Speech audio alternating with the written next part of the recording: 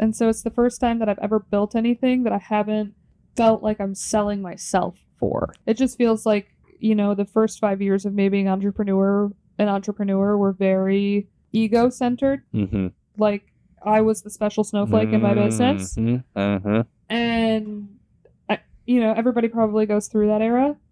I have exited that era, Yeah. And so that level feels... 2 is taking a step back and empowering others. Yeah. And letting them figure it out.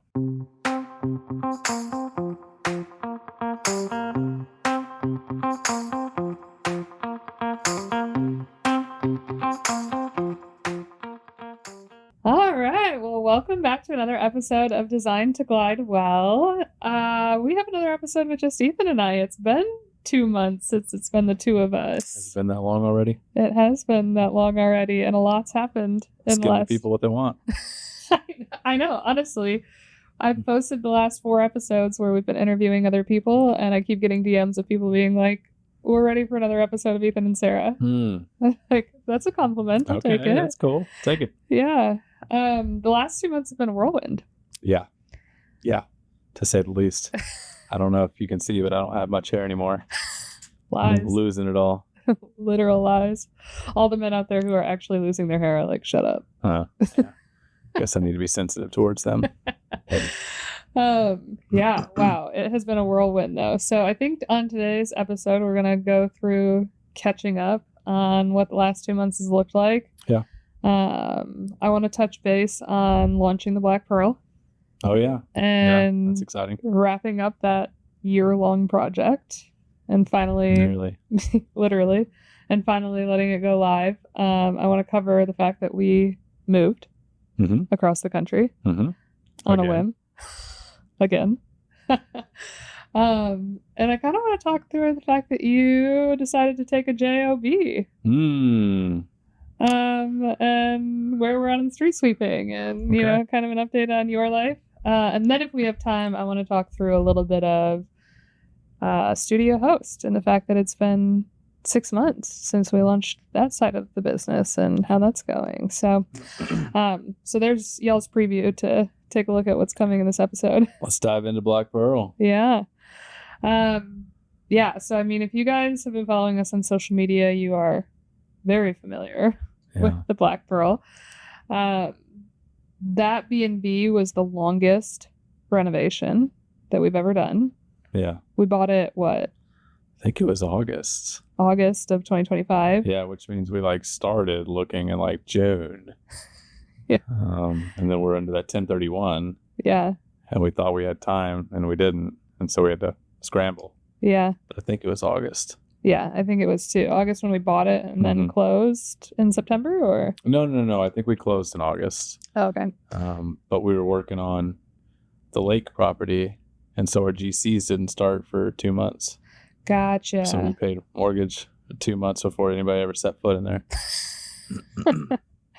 But I will say we went into that project being like, we're not rushing this one. We have done the, how fast can we do this? Yeah.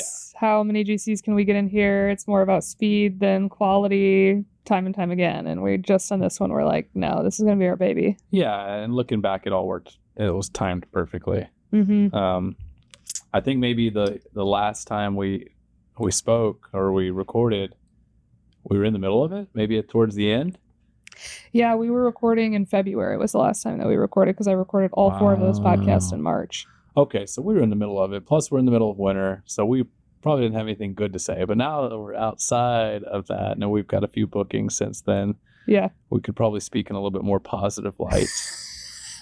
Yeah, now we're good. Now all the things we said earlier, we didn't actually mean it. We're in our healing era. Yeah. You got. I truly believe when you put a B&B together, at least a few months after you put it together, there's that little love-hate relationship. There's trauma, and you just have to kind of step away from the property for a little while. Unfortunately, for us, we launched right in the busy season, so there's been no stepping away. In fact, it's leaning into operations, all the operations, all the questions, both from guests and management. And so it hasn't been one of those that we can really take our foot off the gas. But I think maybe we separated with distance And so that's really helped out quite a bit as well. So we can't just run up there and help out at all. Yeah. I think to give the listeners a little perspective on how fast we move, just as a couple in general, when we finished Black Pearl, we literally finished renovations, like finished wrapping up all of the tiny bits and bobs to get it ready on the 12th of June. We hosted our first guest on the 12th. We decided to open those 3 days up, like on the 11th, because we knew we were going to be done by the 12th. Yeah. Got a booking for the 12th. And then we drove to my parents' house, unpacked all of our stuff from the Black Pearl, packed up a suitcase worth of stuff each. Yeah. And then started driving to Texas on the 13th. That's right. That's right. We ran. Yeah.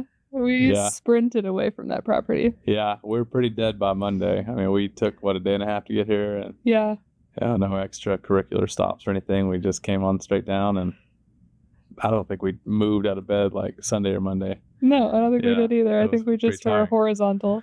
Well, let's talk about Black Pearl. I mean, gosh, she turned out beautiful. I'm so proud. Yeah. I'm so proud. Yeah. A couple of things that I want to cover on the Black Pearl is we spent 2.5x what we normally spend on properties. Yeah, okay. Speaking of the trauma earlier that I mentioned, I'm not over that part. Yeah, that part's the hard part to get over. I still haven't done the math. I don't know if you've done the math. I really was just going to let time heal that wound. Yeah. Before I really dug into it. Or let Cheyenne tell us what the damage was. Yeah, we'll find out taxes 2026. Yeah. What I consider a win, talking about money, was how organized we were as far as using the correct bank account. So shout out to Cheyenne. I know she's going to love hearing that. But as far as I know, I'd say 90, maybe even 95% of all expenses put to that house or towards that house were put under either the right credit card or the right bank account. So with the receipts. That's my win. With the most of them, not the Amazon. That's ridiculous. So that's my win when we talk about money. Yeah. So, but anyway. Yeah, we were way more organized on this one than anyone previous. Yeah. 10th time's a charm. Dude, you've got two visionaries trying to do operations, and it's just both of us are like, you even mention receipts, and both of us are fighting them. Oh my gosh. I know the actual second Cheyenne hears that part where I just said, she's going to be rolling her eyes and go, no, we didn't. It may have done 60% best. I'm over like, we did perfect. Yeah. We passed this time, didn't we? Yeah. Cheyenne's like, no, you got enough. You literally did worse than you've ever done. Okay. But I mean, we splurged on that property. Yeah. Like, we spared no expense. Yeah. And I mean, we have said for years, like, especially on client projects, we never ask our clients to put money into something that we haven't tried ourselves. Right. And so with this one, it's like our client projects have gotten better and better, and we've gotten to watch those perform or outperform expectations over and over. And so on this one, we were just like, we had to sell 2 properties because of regulation changes. And instead of reallocating that into 2 other properties, we were like, let's roll it all into one and just have one beautiful, well done, no expenses, no skimping on expenses property. Right. So now, after having gone through a property where you're not pinching pennies like we have on past ones, what is a splurge on the Black Pearl that you would say, I would do that again and again and again now that I've done it? I mean, obviously the sauna. That's really cool, right? If anybody hasn't seen that custom sauna with the big window or big glass facing the lake, it catches the sunset. So we're on the sunrise side, so we get to watch the sunsets at night while in the sauna. Great. Obviously the backyard build out was probably one of my favorite things that we did. But I guess the only reason we did that was because we had to tear up the entire backyard. And so we did sod. We planted a bunch of plants. Added drainage. We added a drainage to get all the water away from the house. The outdoor shower, the concrete. Shower. Yeah, we dug that 3 foot down, put all the drain tiles and things in there, which caused us to bring in equipment and tear up that entire backyard. So I was really pushing for not spending that last, I think it was like $15,000 on that backyard with the plants and the grass and everything like that. I was pretty okay and pretty tired at the time. And so I just wanted to leave it at dirt, throw some seed down, and do the bare minimum there. But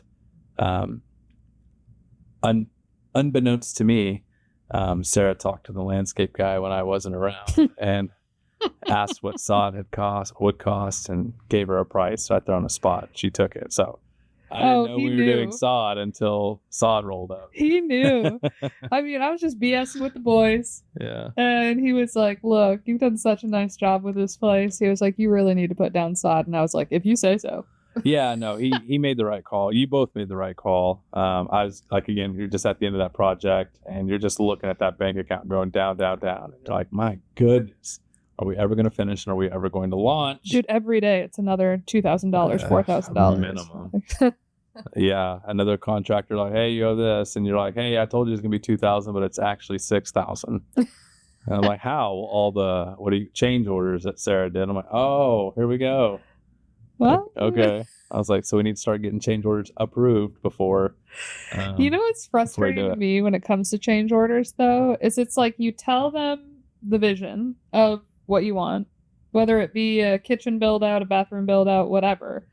And I'm just like, okay, if you're a GC who has done this time and time again, like, you know all the steps that are going to go into doing this. But it's like you quote the absolute bare minimum. And then when I want you to get the job, and then when I want you to finish it, yeah, all of a sudden you're like, oh, well, that's a change order. And I'm like, well, it's literally not done. It really isn't, unless you do what you need to do. Yeah. Like, and I love our team. Our team was great. We had a fantastic team, from electricians to plumbers to GC, or just, I guess, builder, to landscapers, to dock people. We had to gutter people. We had an excellent team. Yeah.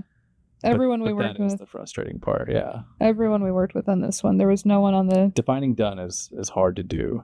Yes. With contractors. Yes.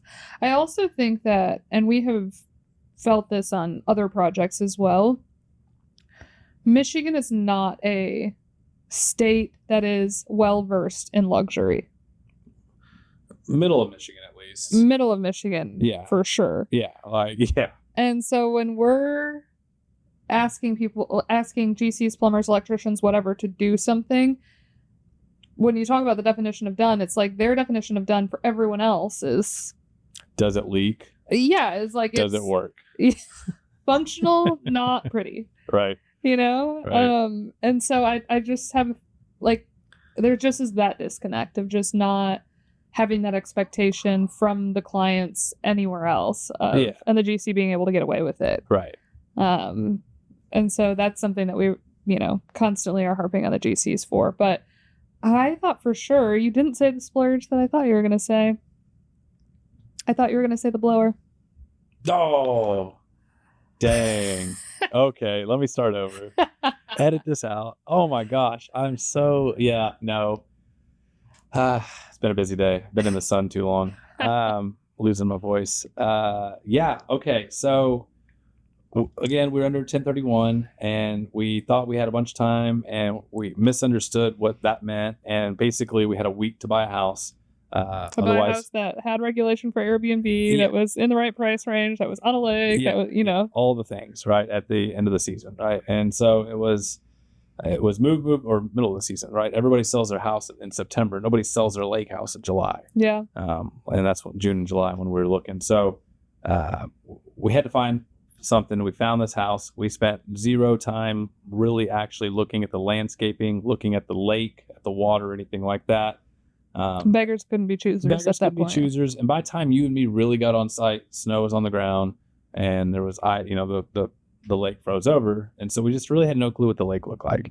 And then of course we moved in, I think in April, when we were able to live in there while the contractors were there, and we started looking out in the water, and I'm like, golly, that is like, if you don't know me, I'm scared of water. I don't like water. I don't want to get in water. But if it's clear water or really clean water, I'll at least get my legs in there. Yeah. Torch Lake vibes or nothing. Yeah. And I was like, I would never get in that water. And it really stunk because at that time the house was really starting to come together.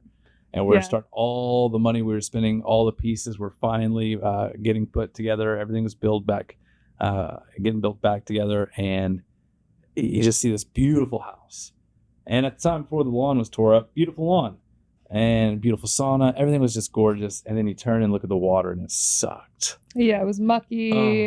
It was so seaweedy, weedy. lily pad covered. And then the neighbor comes over and is like, oh, dude, this is going to be all tore up, like all gross come summertime. All these weeds are going to grow. It's like disgusting. The second the sun hits it, the sun grows those weeds. And it's just... Yeah, neighbor came over and the lake president or whatever. He's like, oh, I used to help him pull the weeds because he's got it pretty bad here. And I'm like, dang it.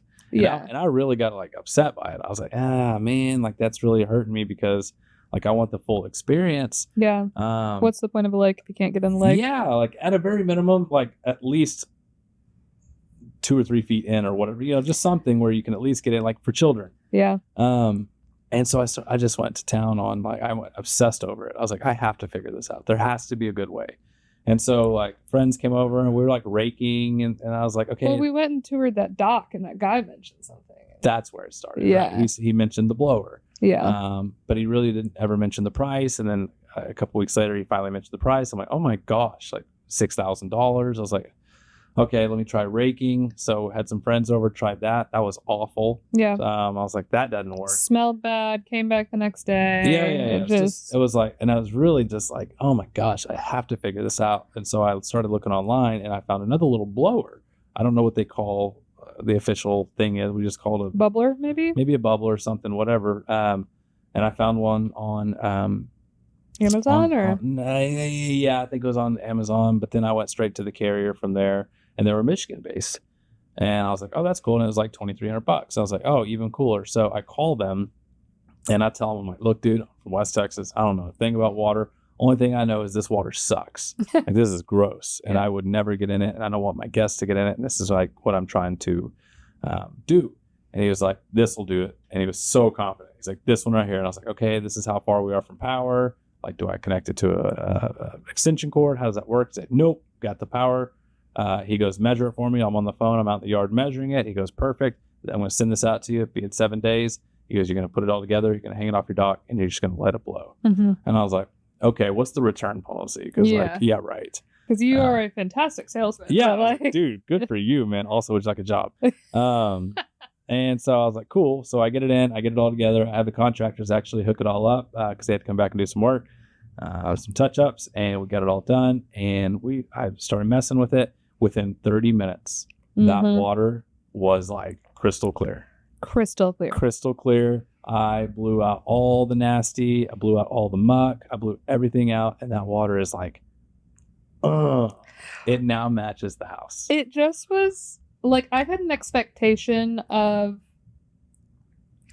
just understanding, like, okay, if you have some sort of blower under the water, it's going to blow the seaweed that's like loose in the water away from the shore. Yeah. Right? Like, that made sense to me because it's like when the wind comes across the lake, it blows the seaweed onto our shore. Right. And because we're on the east side and the wind comes from the west towards the east, that's why our house just gets slammed with seaweed and muck worse than any other house on the lake. Right.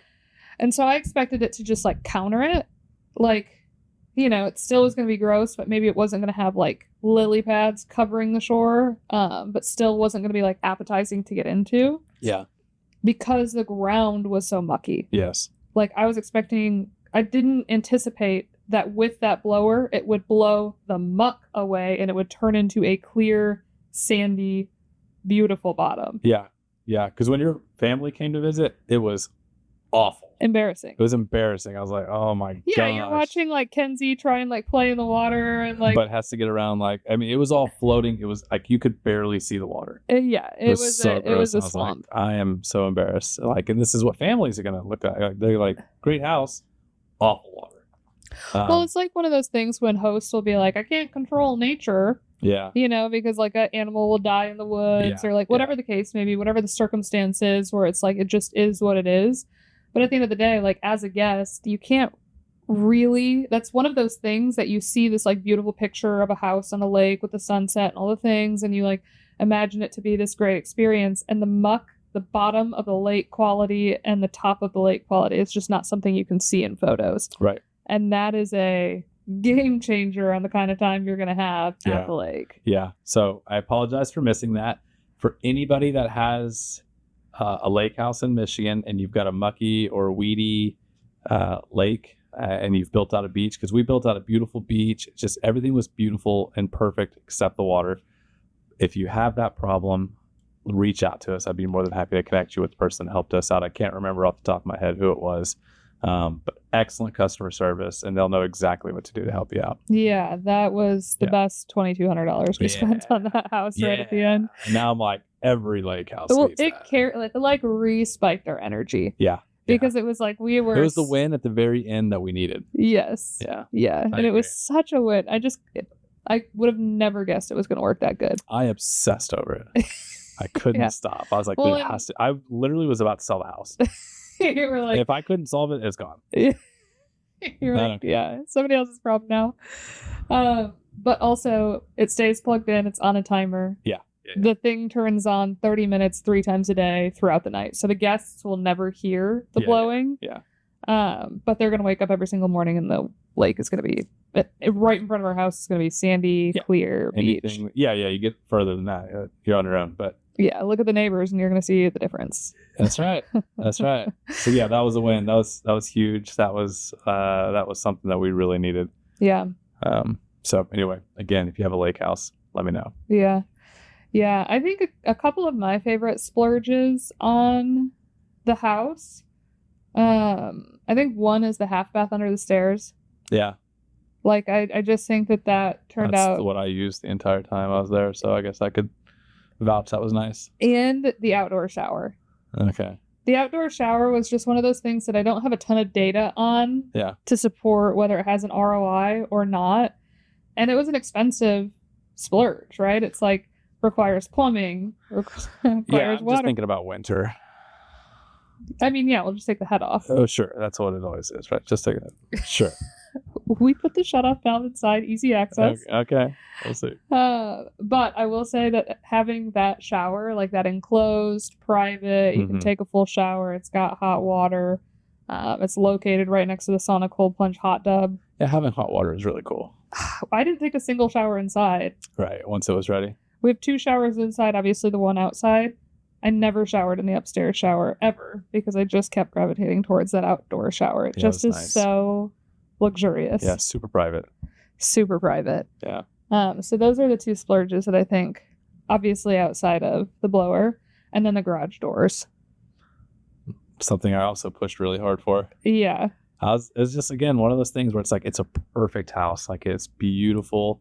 Like, we did the windows, the siding, the gutters, need to do the roof. And those garage doors were just faded, like almost like brown turned like maroon. And I was just like, I pushed really hard. And then I got the contractor to push you pretty hard on that too. We ganged up on you because I was like, look, it's not in the budget, but we have to do it. Yeah. And I'm glad we did. They look great. I'm glad we did too. Yeah. The last portion of this, that it wasn't really a splurge because it was like $500 in paint, but it was a conscious push at the end to finish that I think just really set the house off. And we did this after the final photos, so we don't even have final photos of this result. But when we decided to paint all the concrete on the bottom half of the house, I think that just set that house off. Like the side where the siding ends at the bottom and the concrete starts, we have a walkout basement. So the road facing side of the house, there's like, I don't know, maybe 9 inches of concrete that shows below the siding. But then on the back, there's like, on the sides, it slopes down. And so it starts at 9 inches and then gets to be like 7 foot or something. Like you have to step on a ladder to paint it. But painting that just, like, I just remember standing back away from the house after we finished painting it. And I just was like, yes, it's beautiful. That just was the lipstick of the house. That's right. The earrings and the lipstick. Well, let's talk about I've got 2 questions. Okay. Not 2 questions. I've got 1 question and then 1 thing that I wanted to talk about. Are you ready to move? It's still on Black Pearl, but is that all you had on some of the things that we did? I have a very loose outline here, so. Very good. Okay. First one is. Side quest me. What everybody's going to want to know is, are we doing another one? Are we? I asked first. I mean, eventually. Eventually. We love it. We do. We're addicted to chaos. We're addicted to nice houses. Well, yeah. For sure. Yeah. Yeah, we touched on this 2 months ago, probably in the last podcast that we recorded together, but I mean, real estate is a slow growth game, and we have prioritized pouring all of our money into real estate for the last 5 years. And granted, we've gotten really beat up in the real estate space, Sure. like through regulation changes in particular. So I'm not saying like our growth has been fast and slow, Right. you know, which has been fine. It is what it is. And we do have a few properties that are incredible that we enjoy. And the Black Pearl is something that we'll get to use ourselves. But yeah, there's been a big shift mentally, I think, for us where we're like, having nice Airbnbs is great. Having a lot of expendable income and a high cash flowing business is better. Yeah. Because at the end of the day, like when we first started Airbnb, I was desperate to get out of my 9-to-5. And then I was really romanticizing owning property, getting to, design spaces that I didn't have a client for, like all of these other things that didn't really have to do with the investment itself. And then now that we've been in the Airbnb space for 5 years, I still get just as excited to, pour my money into a house. But that romanticizing, I guess, of all of the other things that are around Airbnb is a little, I've had a reality check, because the reality is even though we create these really beautiful homes and we're like, as we're designing them, we like justify splurging on this or that because we're like, well, we'll really enjoy this and we want this here when we're here. And then the reality is we never go. Yeah, we never go. Like, when was the last time we were at our Hale property? I don't know. Like, up until moving into our Fort Worth property a few weeks ago, when was the last time we were here? I don't know. When's the next time we're going to be in Black Pearl? Like, the second we're out of the house, it's running, it's making money, and it turns into a business, and then emotional romance that you get towards the property as you're bringing it to life just goes out the window. Yeah, now it's work. Now it's work. Now the fun begins. Yeah. And I mean, we said this on the last podcast, but every Airbnb has a cap on how much money it can produce. Right. Whereas a cash flowing business doesn't have a cap. Like, you can continue growing that without having to spend the amount of money that you have to spend to get another property to then grow that income. Yeah, for sure. And so, yes, I think we will do more in the future, but I think that there will be a longer pause between projects than there ever has been since we started this. Yep. Back to the cash flowing businesses. Yep. Absolutely. Tired of being cash poor, asset rich. Like, that's what real estate is. Yeah. And it's like, if we have the cash, I will spend it on the real estate that we're working on. Yeah. Like, absolutely. I could, even though we spent 2.5 times what we have spent in the past on this property on Black Pearl, I could have spent double what I spent. Got it. Like, there's nothing else you can do to this house. Oh, sure. Yeah. Yeah, no, I get too emotionally involved. So I need to take a step. That's why Studio Host has been so great, because I feel so much less emotionally attached to the end result than I do my own property. Thank God. Cool. The second thing I wanted to talk about was how much it's earned so far. Yeah.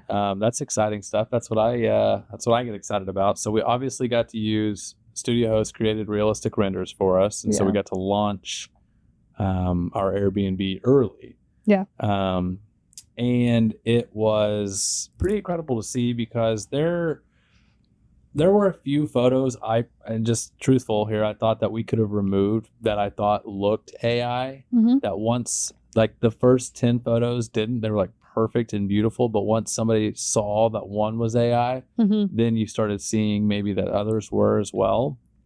And so we had a tremendous amount of people booking, but we did have a few people reach out and were like, hey, when are you going to get... Is the property actually going to look like this? Yeah, is it going to look like this? When are you going to like have actual photos and things like that? And so I think that you said we launched with 20,000 already booked. No, we we had 20,000 booked before we added the final photos. Before we added the final photos. And then we added the final photos probably 3 weeks before we actually launched. Okay. And then we launched. Right. And again, it's like to understand Michigan specifically, it's like the summer is the busy season. That's when you make all your money. And you're like, we were like last minute. And so we didn't know what we were going to get. We added the final photos Memorial weekend. Yeah. And then we opened it up, like we hosted our first guest on the 12th. So the final photos were added 12 days before we hosted our first guest. Right. And so with that being that close to summer, like, what are we going to get? What are we going to get? We had no clue, right? And I haven't updated it in probably about a week, but I've got some numbers here. I don't think I've shared with you for. Oh. Yeah. And again, it's probably 2 weeks off. So it could be significantly higher now. Yeah, a little different. But as of, like I said, a week or two ago, so far, and this doesn't, this is just for the summer. Why this is important, I think, is because June, July, and August, what we earn in those months is going to determine what we earn in the next next 9, because we make half the income in the summer and then half the income in the winter. Yeah, generally. So this is a really good indicator of what we're going to end at in the year. And just for June, July, and August, we were at $62,000. Yes. And we've got, I think July or June was, I think there was only 2 days we didn't. And I think July we still have 5 or 6 days. So I'm sure we'll get those, at least a few booked. $62,000 for 3 months. And then August, I think we've got like a week and a half left. Let's go. So if we can get to 70, 75 even, that'd be 140 to 150 is what we can comfortably calculate that earning this first year. That was my goal for year 2. So I expected year 1 to hit like 115, 120. Yeah. Of course, we never know, but that's a pretty good indicator. That is a good indicator, especially for launching when we did. Yeah. Because our pricing, although it's still relatively high, it was lower when we started because somebody commented, I was like, you should be charging more. I'm like, yeah, of course, if we were live 3 months ago.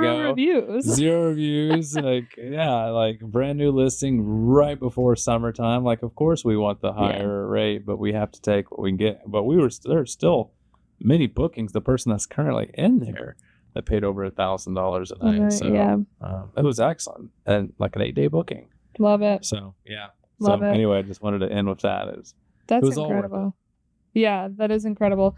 I mean, our best performing property that we've ever had made, I think, 150 in its best year. But that was year 3, wasn't it? The year 2. Year 2? Mm-hmm. Okay. No, I think you're right. I think it was year 3. I think 2.5. Sure. Yeah. Sure. So, yeah. But. So we could see. Who knows?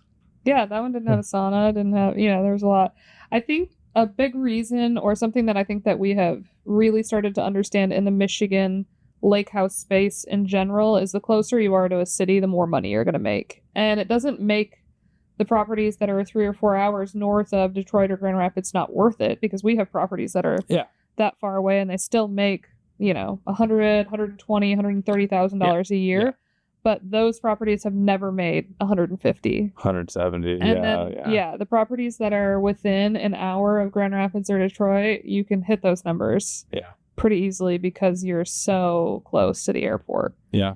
And you're closer to Chicago, Cleveland, Columbus, Fort Wayne, Indianapolis. And because we 1031'd lily pad into it, we put more than 20% down because we learned that you can't take money from the 1031 and use it towards renovation. Learn that right at the last moment. And so our mortgage on that thing is like right around $2,200. So our expenses, not our electric bill, we got to get that figured out. That one we just got hit with, but our expenses are fairly low on that thing. Yeah. I mean, you think about the blower, the sauna, the cold plunge, the hot tub, the bistro lights. Like there are some things outside that are sucking some electricity. Yeah. And it's the biggest square footage we've ever done. It's a big house. It is a big house. Big house. And I think it's an older system as well. So we'll see. But fingers crossed. It's been such a good experience so far. Yeah. It has. But speaking of buying businesses, when you start to do the cash on cash, like it's still low compared to buying a business. Yeah, I mean, the best cash on cash you're going to get for an Airbnb is like 20%. Yeah. For a business, it's like It's unlimited. 300. Yeah, unlimited, honestly. Well over 100% in your first year. So, yeah, that's unfortunately the numbers don't make sense unless you've got a big tax problem, and we don't have a big tax problem. No. Yeah, we're not big enough to have I think that's been a big eye opener for both of us over the last year, I would say, is that when you're in the real estate space, so much of the conversation is wrapped around the tax benefits. Yeah. And when you're new into it, you think that applies to you. Right. And it does, but it doesn't. Yeah. You hear all the people talk about paying $0 in taxes. And it's like, so even if you have a $20,000 tax bill, you think that can apply to you. And it doesn't. It shouldn't. Yeah. I mean, it does. It does. It does lower your taxes, but it's like, but the amount of debt and risk you have to put up to avoid $20,000. Yeah, and your cash flow problem is significantly larger than your tax problem. Right.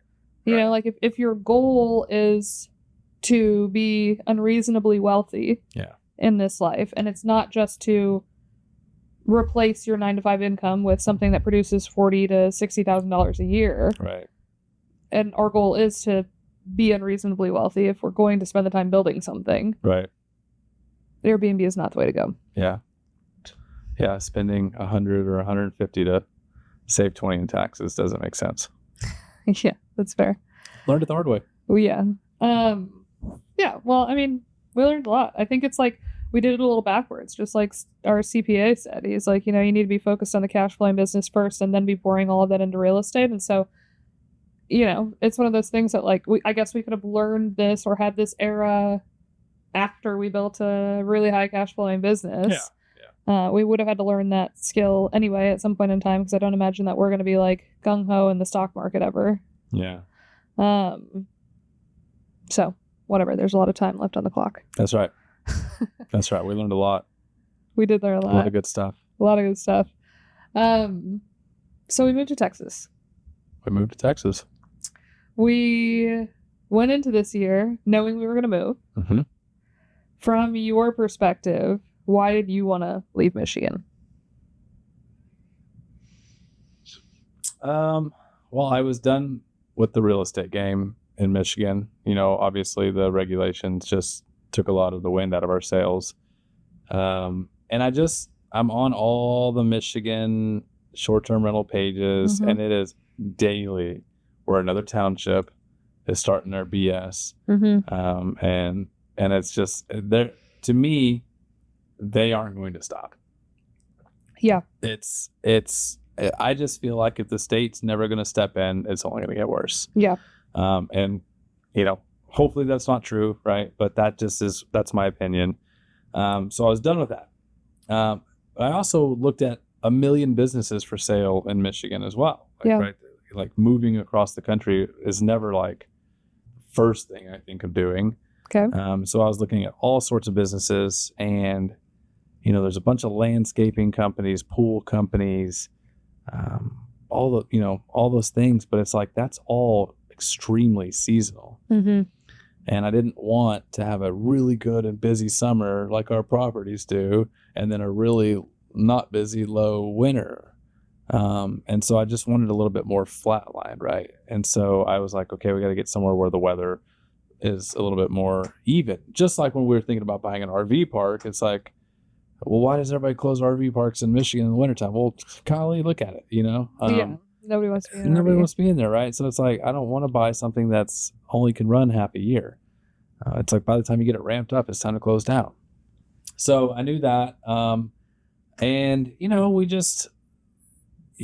we've got a lot of, I don't know. I was just ready for something new. Michigan's beautiful. I think it's an amazing place, but I was ready for new inspiration. We hadn't necessarily really gotten big or deep into any sort of entrepreneur groups or anything there. And so we really never sank our teeth into that. So I was just ready for something. I was like, all right, I wanna go be around people that are doing big things. I want to go to a place that is pro business. And I just want to go spend the next 5 years working and working hard and like building something that can't just be taken away because a group of people didn't like me, even though I've never done anything to them or never hurt them or anything like that. So I was just ready to move somewhere where people were excited to have me. Yeah. Yeah, it is extremely frustrating and disheartening. And obviously our like there's no way to articulate the pain of the last 2 years from a regulation standpoint. 3 years. 3 years. Like I know that we've talked about this quite a bit, but until you're in it, you just can't feel that gut punch of spending every single dollar that you've got on gut punches over and over. And it's a super slow process that you already know the outcome to it. Yes. And you should start planning. Yeah, it's like being in an abusive relationship for 3 years where they're just like, leave. We have every reason to leave. Yeah. But you keep dangling this carrot. We're going to stay. Yeah, and I didn't mean to interrupt, but yeah, no, it was constant gut punches over and over. And it's one of those things that like Michigan, when it comes to the Midwest, like Michigan is the best tourism state as far as like having access to lakes, like being up north, like the weather, everything about Michigan just screams, we are the tourist state of the Midwest. Yeah. Like Michigan is so much better from a tourism perspective and access to everything that you could ever want than Ohio, Indiana, Illinois. Shots fired. Like it just Wisconsin. Is. You've got the Great Lakes. It's you're not convincing me. It's stunning, and everybody wants to go up north, and you can't get further up north than Michigan. It just is like one of those things that I feel like if I were running the state of Michigan, I would be like, we are full blown now that automobiles here are dead, now that furniture is dead, and you've got all these cities that have these huge old historic homes that are falling apart because all these cities boomed when Gerber existed, and all of this. Like Michigan had a prime way back when, and now it's crumbling, and they could grab onto tourism and be like, we are going to be pure Michigan, we're going to be the state that people want to come to in the Midwest, we are going to leverage the thing that we do have, which is gorgeous nature, gorgeous scenery, off the beaten path, and they don't. They just, in every single city council meeting that we've been in, they just are like, we want it to be exactly like it is today for the rest of forever. We don't want any foreigners in here. We don't want any, we want it to be like it was when we were kids growing up, when this house here was my grandma's and my great grandma's, and they don't want to share it with anyone else, and they just want to see it die. Yep. And in my opinion, the tone from every single city council that we've dealt with in Michigan is that they want it to stay the same, but the reality is that there is no such thing as staying the same. Right. We live in a living, breathing world. Yeah. And so you're either growing or you're dying. And if you're trying to stay the same, you are dying. And so it's just it is very clear that Michigan, in my opinion, and I don't mean to offend anybody that still lives there, I love it, but it is very clear to me that they are letting that die. Yes. Yeah. Absolutely. I love Michigan as well. Right. I love the state I grew up in, but nonetheless, the way that it's run, it's driving it into the ground. Yeah.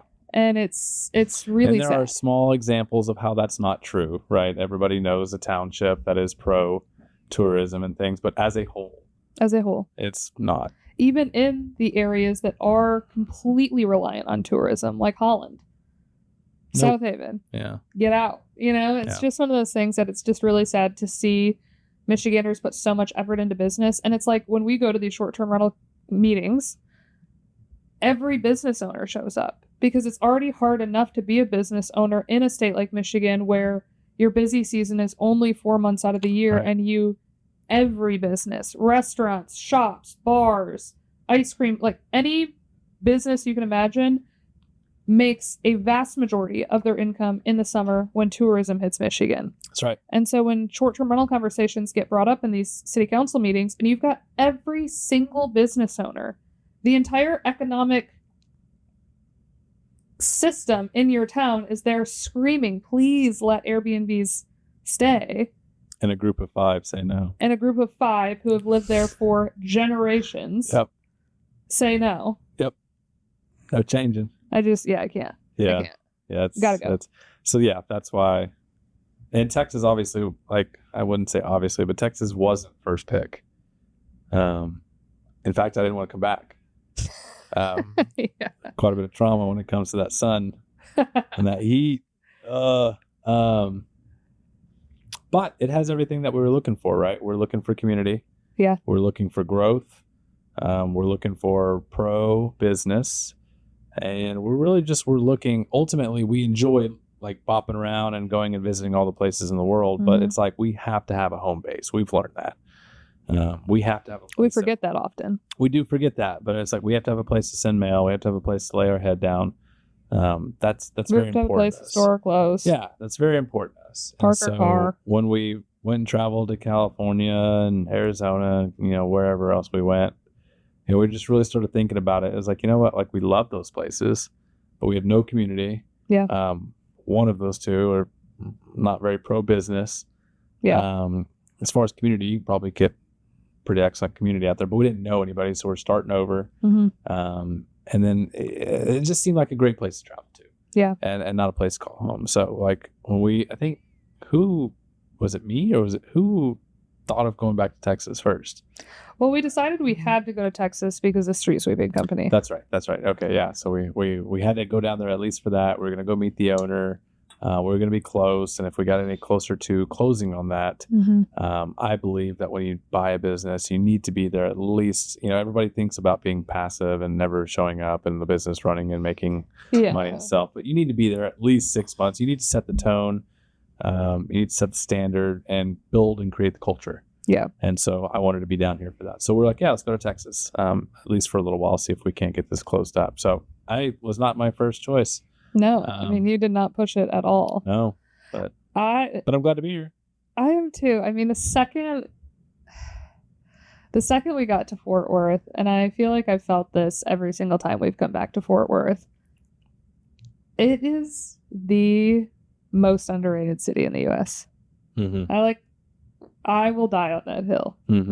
It's everything about it. It's one of those things that I don't even know how to articulate why it's so great, but in comparison to every other city that we've traveled to, I mean, you think about all the other cities that are like kind of exploding right now in popular places to live, like Austin, like San Diego, like Phoenix, Scottsdale, Nashville, anywhere in Florida, Charleston. Like, I mean, we have been to all of those places except for Charleston. I haven't been hardly anywhere on the East Coast. They just don't even, it's just not even a comparison when you want to talk about quality of city. Yeah. Like, Fort Worth might not have as much. No, I don't even believe that. I think Fort Worth has more access. I think what makes Fort Worth so great is it's got all of the same things that any of the big cities do, like New York, like LA. But because it's not Dallas, like, you have access to it because Dallas is so close, but because it's not Dallas, it just also has that like slower life built into it. That's what people come for. Like downtown Fort Worth, day in and day out, there's a little bit of hustle and bustle, but you're not like, doesn't feel like a rat race. No, it doesn't. Like when we walk every single morning, that we don't see anybody else. It's a pretty slow city. Yeah. I think that's why they call it the Panther City. It's like a sleepy city. Yes. Yeah. So quiet that a panther could sleep in the center of it. Is that what it is? Yeah. Okay. Yeah. I love it. I love it too. Are you 21 looking for a super big party scene? Like, Fort Worth probably ain't going to be it. Even though I did it. I was going to say I disagree. I did it. But, I disagree. like compared to like Austin or Miami or something, I don't know. Maybe. I don't know. I did it. It was fantastic. But yeah, because again, it's like you have the Stockyards, you have West 7th, you have near South Side, you have Dallas. Yeah. I mean, the night you've got downtown, like the nightlife here, I think is still absolutely excellent. It's just you're never in danger. Ever. Yeah, no. incredibly safe. I saw people out there drinking last night. I'm like, it's like a Tuesday or something. I'm like, I didn't know people even did that, but they were just having a good old jolly time walking down the sidewalk. Yeah, I have never once felt unsafe in Fort Worth, even in the slightest. You never have to wait in line anywhere. No. You don't have to make reservations for anything. Like, there's just, it's so incredible. There's just, you've got your rooftop bars, you've got your country bars, you've got your club bar. Like, you've just got. People are proud of this place. Yeah. And that's a big difference too between Fort Worth and Texas and Michigan. Like, I think people are proud in Michigan, like, obviously, but like proud to just leave it the way it is. Yeah. Where it seems like Texas is like proud to grow. Proud to grow. And proud to be a part of the growth. Texas is booming. Like, you're not going to like change hardly much, but as far as the way of thinking, but we are happy to be part of the growth, and we are happy to see that happen. Yeah. I would be curious. I mean, I know that California's got the biggest economy in the states, right? From a state perspective. Yeah. Texas has to be number 2. It is. Okay. I was going to say there's no way. But there's still a pretty severe, or not severe, but there's quite a big gap between the two still. Yeah. Like, California's huge. Yeah. They pump out some money. I'm sure. Yeah. I'm sure. I just think that the perspective of Texas is like cowboys and horses. You know? I was watching. You go 20 minutes that way, you're probably right. Yeah, which that does exist. That does exist. It's like that. Where I'm from, that exists. That vibe is everywhere. Yeah. Right? Like, the police officers are on horses downtown. Yeah. Like, we've got the cowboy hats, right? Yeah, we've got the cowboy vibe for sure, but it is like mixed with all of your modern everything. Oh yeah, you literally have everything you want. Everything you want. And it's fun because I think we're seeing that the Western flair or whatever is popular. Yeah, it's getting its moment. So it's like even more people wearing cowboy boots and cowboy hats and stuff. It's fun to watch. It is fun to be a part of. Fun to watch. Yeah. And just in being here, like, we obviously got down here right when the World Cup started. Oh yeah. And AT&T Stadium is obviously hosting a lot of those games. Yeah. And so just seeing the online narrative of people experiencing DFW for the first time as well has just been incredible. Yeah, it has been. It's been all the way around. A lot of fun. Yeah, I'm stoked to be back. I mean, I've always said that. It's like, you were more stoked to move to Michigan than I was. Yeah. Well, it's because I never made a big move. Yes. Biggest move was Angelo to Midland. Yeah. 2 hours. Yeah. I guess Fort Worth. And I was like, okay, we'll go back. And then when we decided to move again and we decided on Texas, I'm like running. I'm like, yes. Sometimes you don't know how good you got it till you leave. Yeah. No. Which I'm sure every Texan ever listening to you say that is like celebrating. Duh, idiot. Didn't need to leave. Yeah. We knew that without leaving. Yeah. Yeah. So we signed a lease yesterday. We've been in our Airbnb for the last 3 weeks, but we signed a lease yesterday. That we did.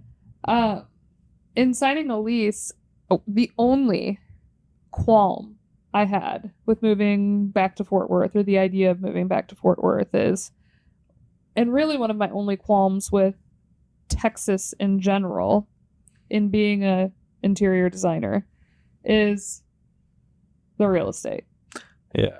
Like, the suburbs in Texas. It's what you get when you boom. It's what you get when you boom. And every house looks exactly the same. Yeah.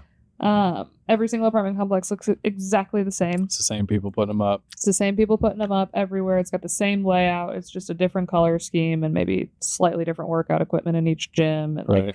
But it just is the same. And so when we were looking at different places to live, like, I was really attracted to San Diego because they have high rises. And I was like, man, finally, I get a cool apartment. Like, I work from home. I spend 95% of my life in this box of whatever apartment we're in. Right. Like, the apartment is really important to me. Yeah.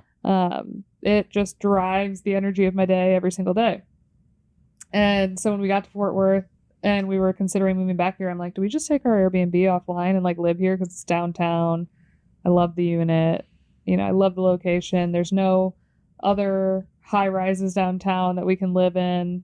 Like that you could rent. Like, that you could can rent. buy the townhouse or penthouse, whatever they call them, but you can't like buy an apartment. Yeah, and there was nothing new downtown. Right. And then we got here and we started looking at apartments and realized that they had opened the first residential high-rise in downtown Fort Worth in the last 20 years, and they opened it in 2024. And I was like, Say less, queen. Yeah, that's beautiful. You built it for me. It is beautiful. Expensive, but beautiful. Worth it. We'll see. And again, like expensive, but less expensive than any apartment we were going to get in San Diego. Sure. Oh, yeah. Yeah. Of course. Expensive Of course. for Fort Worth. Yeah. But still comparable to a 2-bed, 2-bath in Grand Haven. Yeah. No, it's one of those things. It's absolutely gorgeous. I mean, I'm never excited to spend money. So Unless it's on a blower. Yeah, unless it like I can see what it does. So yeah. Shifting gears a little bit. What's your mentality? Give us an update on buying the street sweeping company. I hope he listens to this. It's been a very frustrating experience. Yeah. This is raw. I've debated on how much to share with everybody, so this is as good as it gets. This is off the cuff. Off the cuff. Just for a quick playback on what's going on. This guy listed this street sweeping business back in January on one of the popular websites. I inquired, never heard back. He had posted a video, I think, in March or something, and about us buying a business, and he had actually reached out to you. Yeah. And we discovered that once we got on the phone with him and started talking. So then we, I signed an NDA. I started looking at things, and then I put an offer on there, right? And like during the offer or during the due diligence period that's when you are giving things, the seller is giving things to the potential buyer to learn more about the business, right? And to see if this is like, it's like putting an offer on a house. Like you want to buy it, but you got to make sure the financing goes through. Let me see the inspection. You gotta go report. through the inspection. It's the same thing. We're just opening up the hood. We're taking a look. And we're not using a broker. He didn't want to use a broker, which you can score a really good deal, which I think I've mentioned in a different episode. You can score a really good deal. However, it's now up to me to balance. I got to play the good cop, bad cop sometimes, right? Sometimes I got to be firm, and sometimes I'm like, hey, friendly. Mm-hmm. And so it's been a really tricky and interesting thing, especially from across the country. I let him know I'm moving to Texas. I fully plan on coming down and meeting him, and I would like to really push this because we've been working on this for a while, and it shouldn't take this long. Yeah. But I would blame it on, hey, I was busy, he's busy, I'm in Michigan, he's in Texas, so I would continue blaming it on things. But ultimately, I was talking to a buddy down here who owns a business, and I was kind of explaining where I was at and what's going on. And he was like, what do the financials look like? I'd take a look at those for you, seeing I run a big, successful business. I can in equipment rental, and I'll take a look at it and just kind of give you my peace of mind. And if it looks good, I'll be your investor. Mm-hmm. And I was like, oh, okay, that's great. And I was like, well, actually, I have still been working on. I'm still trying to receive 2025 P&Ls, mm-hmm. and for that matter, I still haven't gotten 24 or 23. Mm-hmm. And you're supposed to get 3 years of financials, and this is June. Yeah, you've asked him for these since January. Since March. So at a very minimum, you should be getting 23 and 24s, right? Yeah. 25, he said the CPA takes a while. I called our CPA. He's like, why hasn't he sent 23 and 24? He has to have those. I don't know. I cannot get anything out of So anyway, just long story longer. It's not that I've lost interest. It's that I have to move forward. Yeah. And so I sent a pretty aggressive email 3 weeks ago. Mm-hmm. And I said, look, my LOI has expired. My offer has expired. And I have no intention of re-signing this thing until I get financials. I said, I've got 2 investors that are going to give me the money mm-hmm. to buy this from you. And both of them have said, they need the financials. Yeah. That is step 1. That is the first thing you send after an offer gets accepted is financials. And so he's been able to wiggle his way around it. And I've taken some things that he sent over. But at the end of the day, I need these 2. Mm-hmm. These 2 things for these 3 years. And got him on the phone real quick. And he's like, I'll have it by CPA says he'll have it by Monday. That was 2 weeks ago. Yeah. Right. And so I think what it's come down to, and I need to have one more conversation with him. I think maybe that email, it was aggressive, but again, it's like, it's his first time. It's my first time. And it's very difficult not using a broker to go through this, but I think what has happened is he got the idea, because when he originally posted that the listing, he wanted 3.3 million for it. By the time I submitted an offer, I submitted it for 1.3. And so I think what that did was that took the wind out of his sails, right? He's like, okay, like it's not because allegedly he was only spending 5 hours a week on it. And so he's like, I'm not spending hardly any time on this thing. It's making me $500,000 a year. Yeah. I'm just going to leave it all alone. Yeah. And I just don't know if he's ever, like, maybe he's thought that, but he just hasn't had that conversation with me. Yeah, because like when you really get down to the brass tacks of something like that, because it's his first time, there could have been some sort of anticipation that he was going to get that 1.3 million in cash tomorrow, and he probably was like thinking in his brain, like, I'm going to throw this into the houses that I flip, or I'm going to because that's what he does. X, Y, and Z, right? And then when you realize, like, no, your numbers are disorganized. A bank isn't going to lend on it, right? So we're going to have to sell or finance it, which means that you're going to get a down payment and then a payment schedule. Right. All of a sudden, he's like, okay, well, the payment schedule is less than less than what I'm earning currently. Yeah. So why would I fool with it if it's only costing me 5 hours a week? Like, I could spend 0 hours a week and slowly let it die and probably make that same amount of money. And I understand. Yeah. I completely understand that. It's just, I think it would have been, if that's the mentality, then it would have been fair to just let it go. Yeah.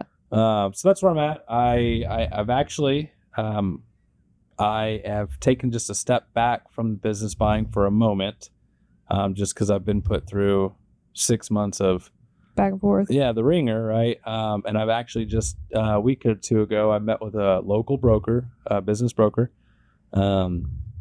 Great dude. I have a pretty strong feeling towards brokers, a negative feeling towards them. And this one was good. Good dude. Got a really good idea of what it was that I'm looking for, what it is that I want, how much money we have, just all the things you want a broker to know.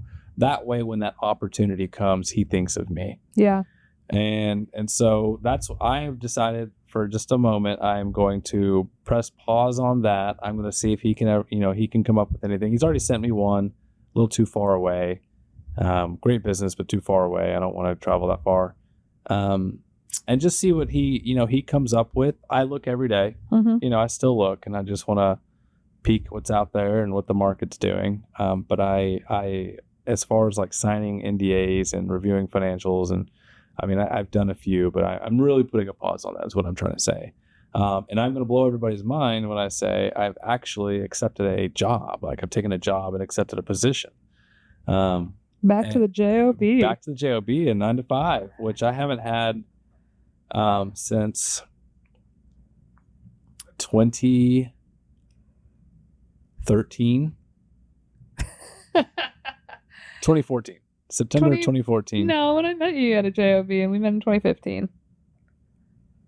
Okay, you're right. 2015. Yeah. Okay.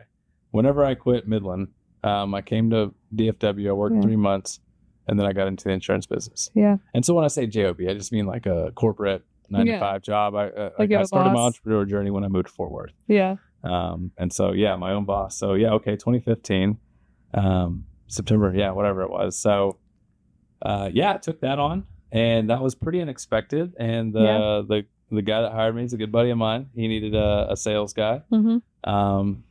Rightfully so. He was a bit unsure.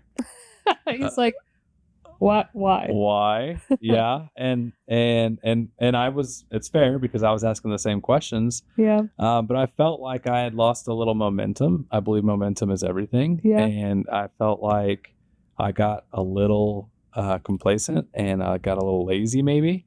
And so I was just like, I have to like get in motion again. Like, I have to get good at something. I have to like gain that confidence back, right? That like all the things that make me, I guess. And so I was like, man, there's like, I don't want to go back to insurance. I just did not want to do that. I felt like that was a step back.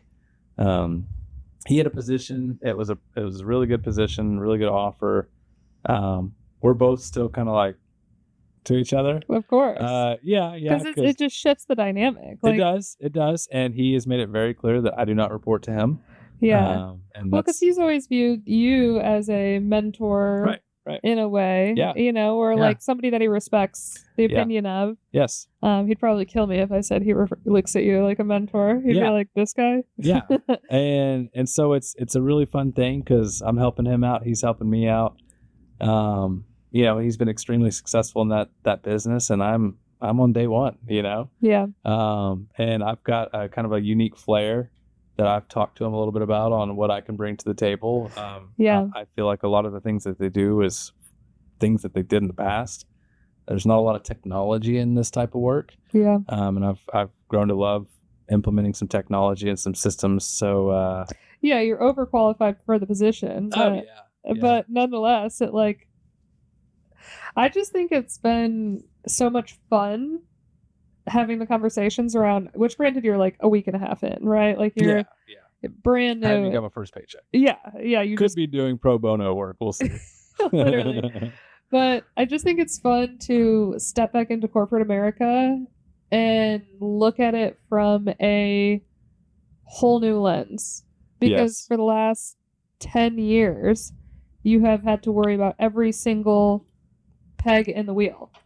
Every decision lied on my shoulders. That's right. And so you're constantly thinking through like efficiencies and where money is being spent where it shouldn't be and how your employees are functioning and so I think it's really interesting to just be one peg in that wheel. Mm-hmm.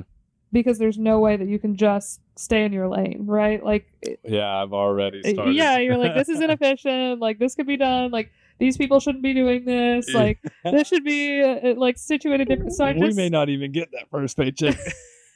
One of two things is going to happen with this position. Yeah. You're either going to be the greatest asset they ever hire. Yeah. And you're going to decide that, like, actually, I want to help grow this with, a guy that I really respect that I'm really good friends with. Or you're going to step on his toes and he's going to be like, get out. Yeah. Yeah, we'll see. But either way, whatever. Yeah, either way, whatever. It, like on our morning walks, I'm like, my mind is thinking about all the inefficiencies that I'm seeing, and I'm just like, I ain't doing that. I'm just not.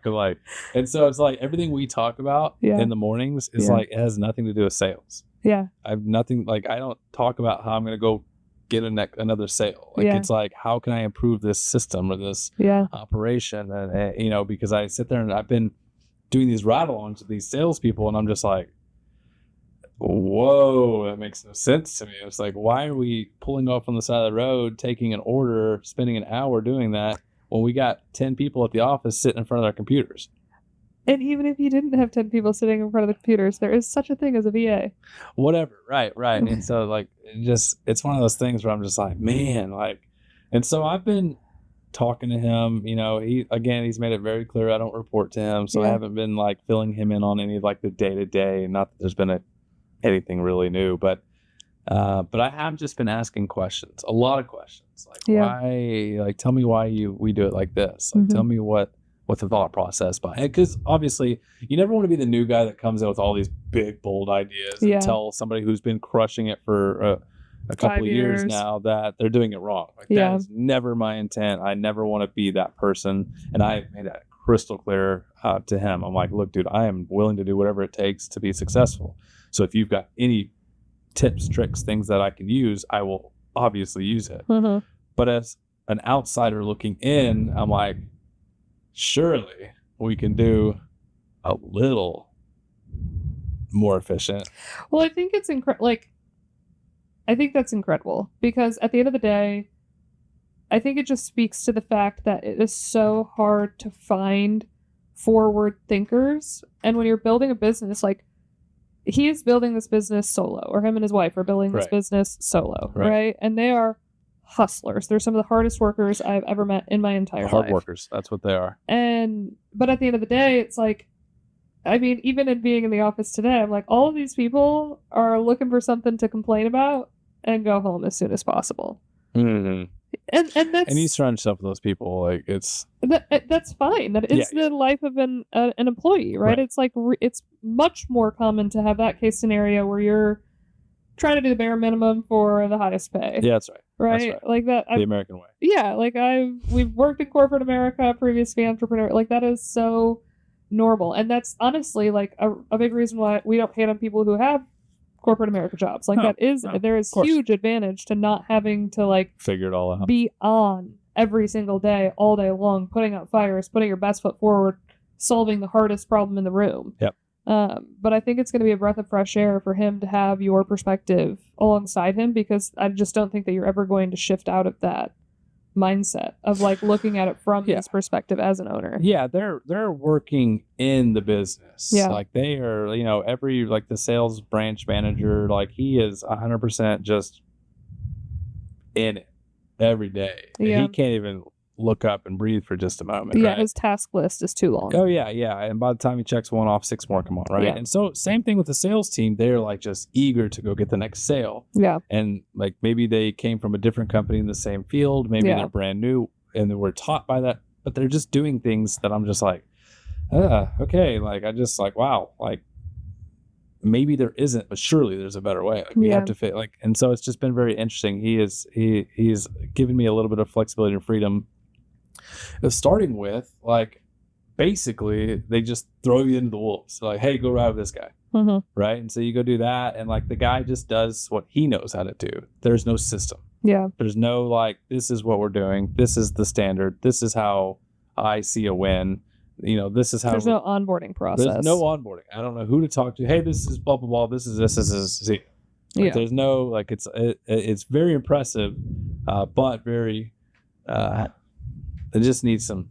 It's encouraging to know that you can build something that big with having. It is very encouraging because it's like you don't have to have it all figured out, right?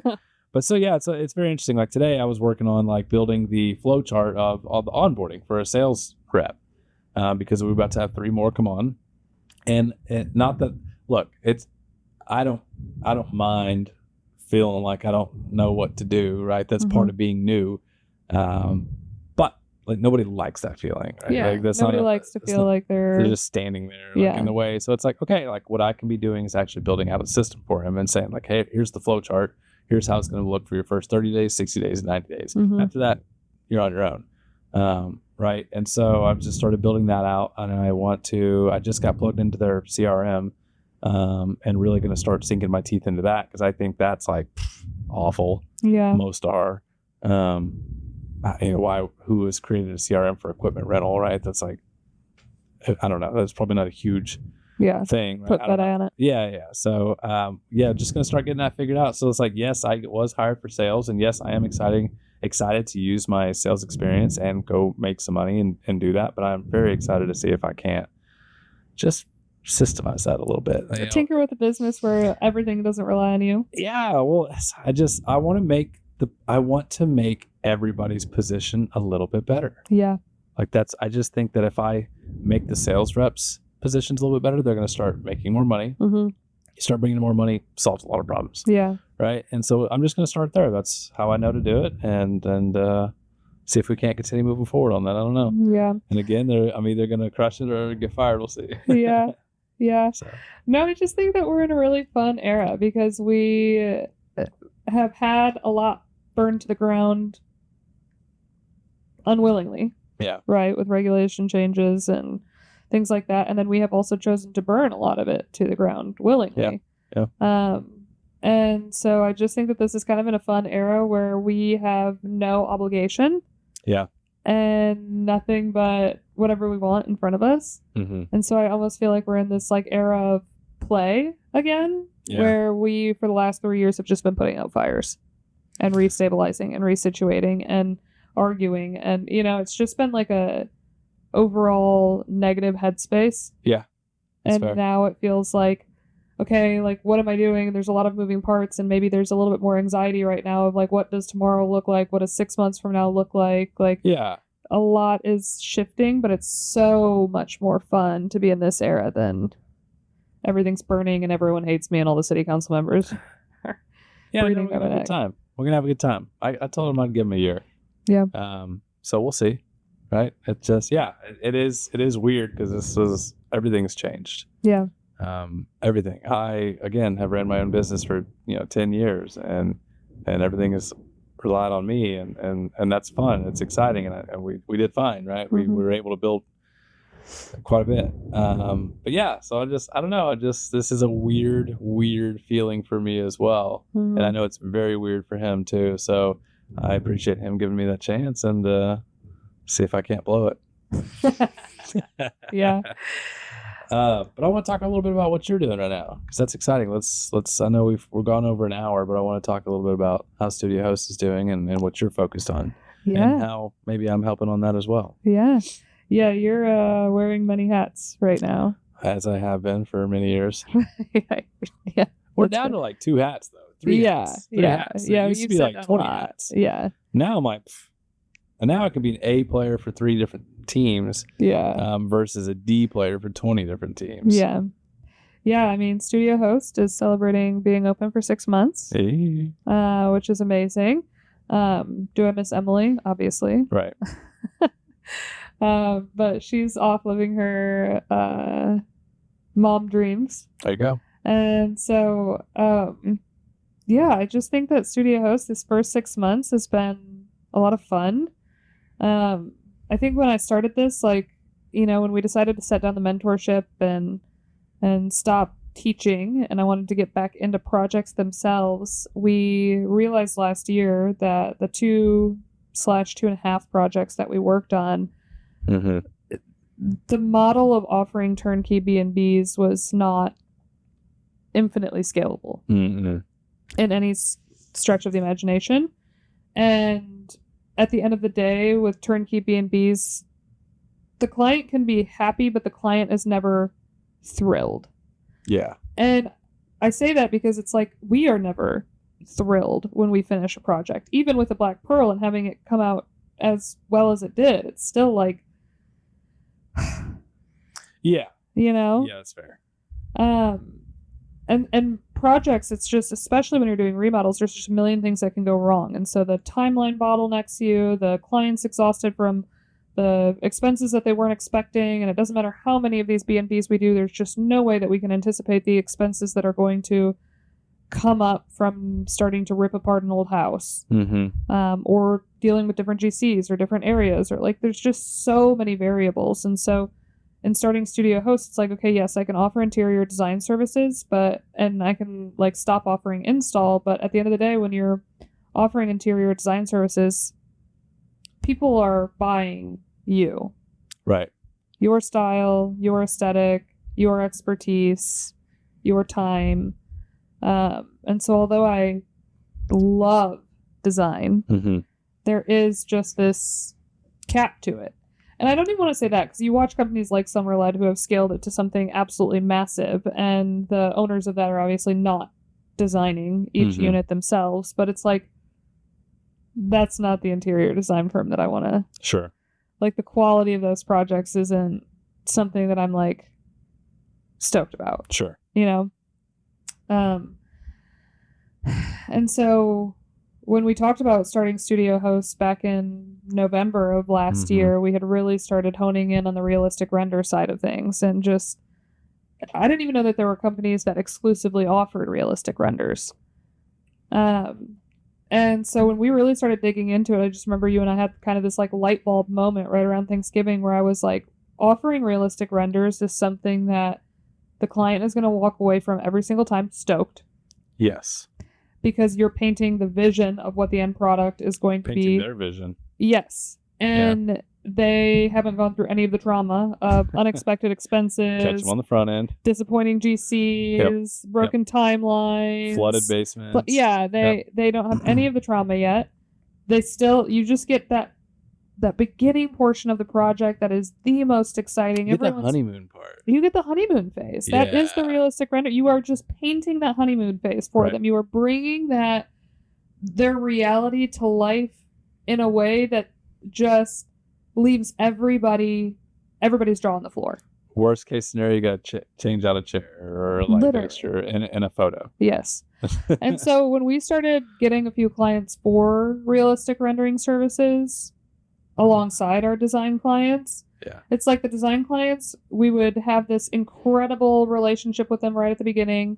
We would give them the realistic renders. Everybody would be so stoked to start the project, all the things. And then you start getting into the project, and even if we're not project managing it, Right.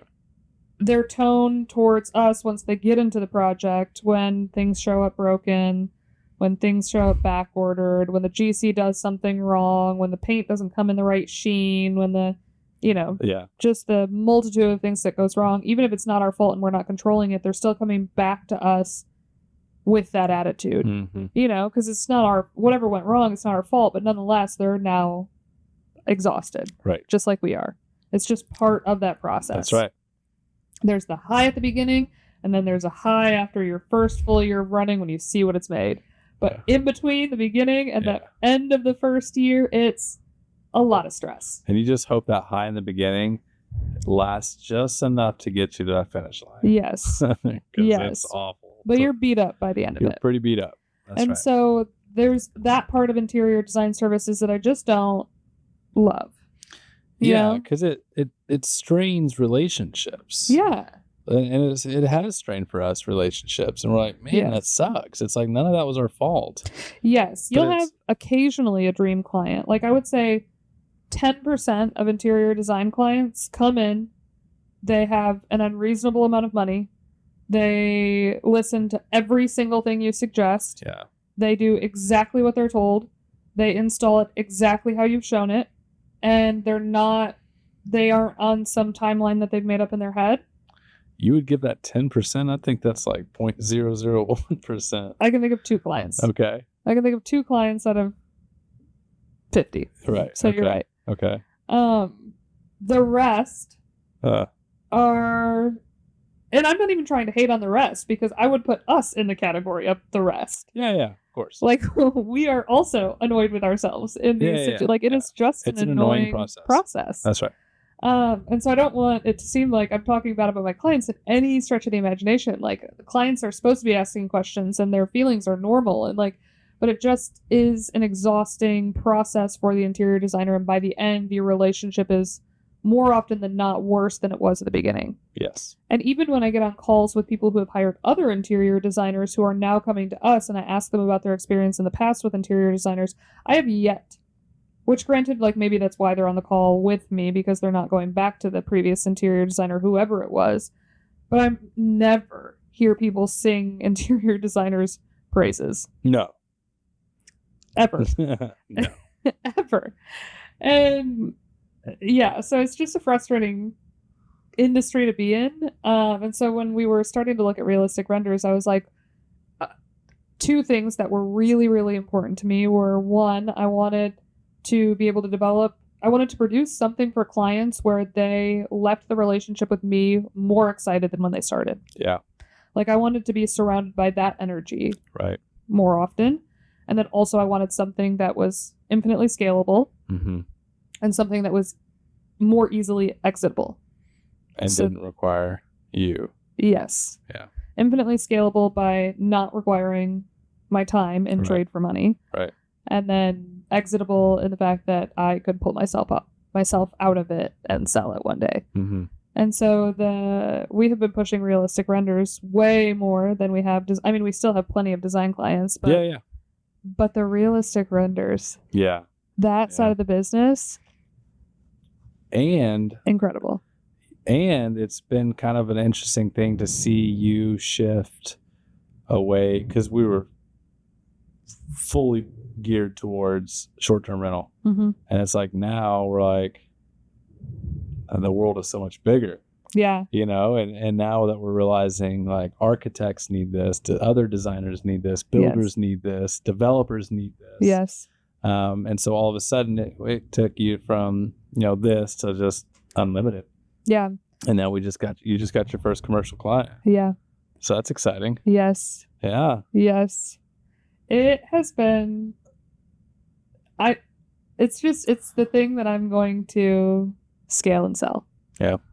Like Maybe. I think selling's overrated, but maybe. sell one day. Sure. Yeah. There is no timeline on that, but it's something that I could sell, I guess. Like that was a big reason why we shifted out of the mentorship, because like, I have seen people sell their communities before. I'm always surprised when somebody buys somebody else's community. Yeah, that made no sense to me. Because I'm like, if I had paid to be in somebody's program and then they sold it in the middle of it and now I'm under somebody else, I would be livid. Yeah, that's for my money back. I want my money back. I don't know this person. Right. What, like, I invested in you. Like, mentorship, when you are looking for a mentor, you are specifically buying the expertise of that person. Right. And Yeah. so it just wasn't something that I looked at and said, you know what, this is something that we could sell. Yeah. It was completely reliant on me showing up online consistently, me showing up and teaching consistently, me showing up on sales calls, because if I'm not on the sales calls percentage goes way down. Yeah, it didn't go as well. Yeah. So it just was something that like was making us really great money, but just had a shelf life to it and required all of me. And realistic renders are not, it's just the opposite. So how plugged in are you on those? Not. Yeah. It is incredible. It's one of those things that like I don't even know how to create them. Yeah. I mean, I do. I know enough You get the idea, but I know like, you how don't they're build it out. Yes, I know how they're created. I know the programs that people need to be qualified for to build them. The 3D modeling classes when I was in college were my least favorite. Yeah. Like, it's just such monotonous work, very detailed work. Yeah. That I could not do. And so that was another portion of offering realistic renders that was attractive. Is like, I can't get in it because I won't. But I've always said, not always, but I've been saying the last few years, it's like we need a business that we don't know how to do everything on. Yeah. Because when you know how to do everything and something goes wrong, you always default to doing it. Yeah. You can't do that. I can't be the solution. You cannot build these renders. Yeah. Like you have to rely on that team, and of course you have to create systems in place, because if one of them leaves, we don't want to be put in a pinch or anything like that. Yeah. But it's like that. I've been saying that. It's like everybody's like, oh, you gotta, build it from the ground up. Yeah. In order to, have a successful hot tub cleaning company, you got to know how to clean hot tubs. It's like, I don't. I just know I need to know how to find people that know how to do that. Yeah. So that's exciting. That's super exciting that you've been able to accomplish that. Yeah, because it's like, the realistic renders that the team is creating they're great. Like, they are really talented at what they do. But there still are people that are creating these realistic renders that are like, you can't even tell that they're realistic renders, right? And we're not at that level yet. Right. We're working towards it. And so even when it comes to that, it's like, okay, when I find another realistic render artist online that has some sort of a course to teach people how to do it, I'm like, who has a light week? Mm-hmm. Do you want to spend 10 hours going through this? I will pay for it. And then will you spend 2 hours next week talking about the things that we're not doing that we can be implementing? Yeah. And so it's even like when it comes to learning new pieces of technology or new, ways to do it, it's like, it's not valuable for me to know. Right. Yeah. I just need to know where to find the information and then how to get somebody to implement it. And bring back your findings. And that's been so much fun. Yeah. It's been so much fun. And so really my job is just the marketing component of it. Yeah. The sales call to talk through what that process looks like. And then I hand it off. And so it's the first time that I've ever built anything that I haven't felt like I'm selling myself for. Yeah, I was gonna say, I think we can even get you out of the sales fairly quickly. Yeah, that can be a video. Yeah, so it just feels like the first 5 years of me being an entrepreneur were very ego centered. Mm-hmm. Like I was the special snowflake in my business, and everybody probably goes through that era. I have exited that era. Yeah. And so that level feels... 2 is taking a step back and empowering others. Yeah. And letting them figure it out. Yes. So studio host so far for the first 6 months, I just feel like I'm in a lower gear. Mm-hmm. Like I'm building it slower, more intentionally, taking the time to train, taking the time to improve, taking the time. And then also at 100% of clients that have hired us for realistic renders, they're on Cloud 9. Yep. We send them those final renders and they're like in all caps, like, this is the most incredible thing I've ever seen in my entire life. Holy cow, this is worth every single dime. I'm so glad I did. Like, just the energy you get back for the work you put in, I'm like, whoa. How many times did you get that in design? Not enough. 0. Not enough. Not enough. You know, it's and I get it. I understand why, because even with my own projects, I feel that. But right. Like, I get the only satisfaction from interior design projects that you really get is when you post that final video on social media, and social media is like, that's literally like, that's what clients fall in love with. Yes. That right there. Yes. They didn't see everything that led up to that video. They see somebody else's project being finished. They see the end. All of the end video reveals always go viral. They see the highlight. They see the thousands of comments of people being like, this is the greatest thing we've ever seen. And like, that reassures me that I've got talent in interior design. But then, the clients get into it, and they start spending their own money, and they start dealing with GCs, and it's just all the things that go wrong during renovations. And then they're like, this is not as sexy as it looked in the 30-second reel that I saw before I hired an interior designer. Yeah. That's funny. So, real, raw, honest truth. There you go. So, in a perfect world, I would take on 12 interior design projects a year, do one a month, low and slow, take my time on, 12 beautiful projects a year. Yeah. With clients who understand the value of interior design. And ideally, I would like 12 ideal clients that do one project a year. So it's the same 12 clients every single year. Mm-hmm. And then the rest of the year, all the rest of the business is 100% realistic renders. Yeah. Let's do it. Yeah. So let's get it there. I would like to be almost exclusively a realistic render company and don't advertise interior design services at all. That's right. Yeah. So I guess I get to start calling GCs, builders, architects. I get to call people. Yeah. What a fun and exciting thing to offer. Yeah. Like, even the architect on the on States. On the one that you're currently doing on the commercial when you're doing, I mean, they've got to be just mind blown.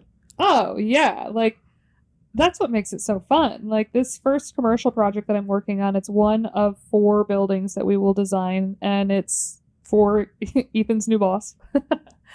And he just happened to have bought, 4 new commercial buildings right as we got here, and so he sent me the drawings of the building that they had, the renderings. I wouldn't even call them renderings. They were like isometric views of the building that the builders had drawn up for him. And he was That's really drawn. Literally drawn with a marker. A permanent marker. Yeah. Well, the first one wasn't. The first one was actually like in CAD. Okay. But not a realistic render. It was just like drawn in CAD. And he sends it to me and he's like, I hate this, but I don't know why. Yeah. And I was like, give me 3 days. Yeah. And then, like, his reaction of the final result that we came up with, both him and his builder.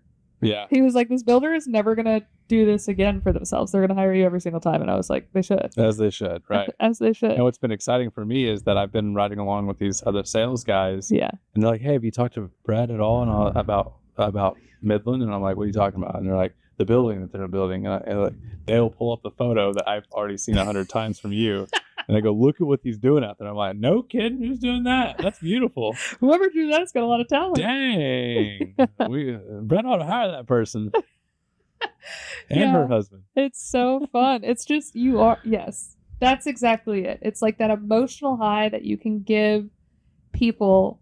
It's like, it's creating their vision board for them. Yeah. It's bringing the image in their head to life. Yeah. Or better than they better. Yeah. And so, like, with Brett, he's like kind of kept to himself in a little, like, not so much in like a quiet way, but like he doesn't let you know. He doesn't let you know, like, when he's super excited. Yeah. Right. Like he's a black cat. Yeah.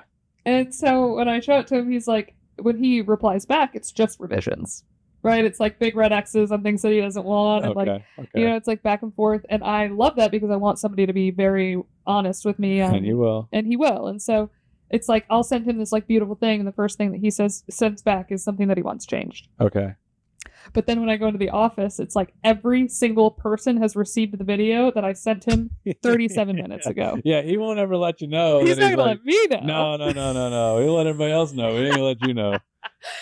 Keep you guessing. Love it. Yeah. I love Yeah. it. I love that he's mass sending things that I'm sending him. Everybody. Dude, have you seen this? I'm like, no, I hadn't. Yeah. That's pretty cool. But it's like, I mean, when we talked today, it's like having something like that created paints the vision for every single employee that works for you, right? So like in Airbnb, you're painting this vision for the owner and the future guests if you use it for social media.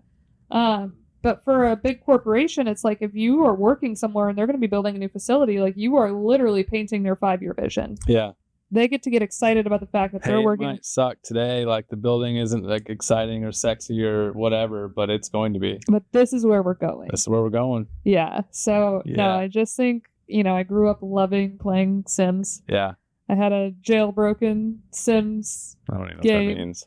Where it's like you had to pay for like upgrades in Sims if you like wanted certain materials or like. You were a different tax bracket than I was. We didn't have none of that. I had a best friend whose brother was a tech nerd, and so he jailbroke this like Sims game for me, and I was addicted to it, just absolutely addicted to it. And so when I started interior design school, I was like, they were like, when did you know you wanted to be an interior designer? And I was like, when I became addicted to Sims. And it was like something that like, half the class at the time shared that sentiment. Oh. But I just feel like now in really diving down the realistic render rabbit hole, I'm just like feeding that, 8-year-old girl that was obsessed with Sims. There you go. Let's build a business out of it and help a lot of people make a lot of money. Yeah. So we have talked. We're at an hour and a half. Yeah. So, I wanted to wrap it up. Give the people a break. I know we haven't talked in a while and we had a lot to share, but we ought to. It's the first time in the last 10 years that you and I haven't been side by side every day. Yeah, the lady running this thing's probably like, dude, let's go home. Yeah, you probably said an hour. Let's get out of here. Literally. All right. Well, it was great catching up. If you have made it an hour and a half into this, listening to us yap about the whirlwind that we have been in for the last 2 months. Yeah. We see you. We appreciate you. Thank you. Yeah. And we will catch you guys on the next episode. That's right. Bye. See ya.